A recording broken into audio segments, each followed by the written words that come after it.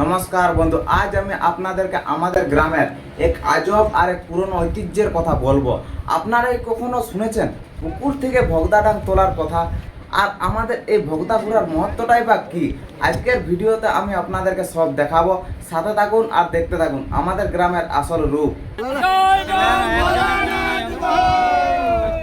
এই যে দেখুন, এই সেই পুকুর, যেখান থেকে এই ডাংটা তোলা হয়েছে, এটা অনেক দিন ধরে জলের তলাতেই ছিল। এই ডাং বা লাঠিগুলো সাধারণত বিশেষ গাছের কাঠ, যেমন শাল বা পিয়া শাল দিয়ে তৈরি হয়। আগেকার দিনে বিশ্বাস করা হতো যে কাঠ জলের নিচে থাকলে তাতে ঘুণ ধরে না এবং শক্ত থাকে।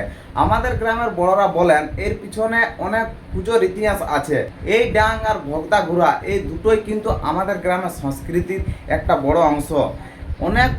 অনেকেই মনে করেন যে এটি একটি ধর্মীয় বা পবিত্র বস্তু, তাই খোলা জায়গায় না রেখে পুকুরের শান্ত তলে রাখা হয়, যাতে এর পবিত্রতা নষ্ট না হয়।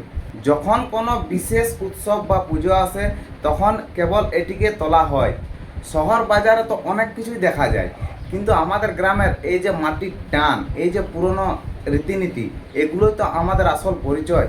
আজ আমি খুব গর্বিত যে আমাদের গ্রামের এই বিশেষ দিকটা আপনাদের সামনে তুলে ধরতে পারছি। তো বন্ধুগণ, কেমন লাগলো আমাদের গ্রামের এই বিশেষ রীতি? আপনাদের গ্রামের এরকম কি কোনো পুরনো প্রথা আছে?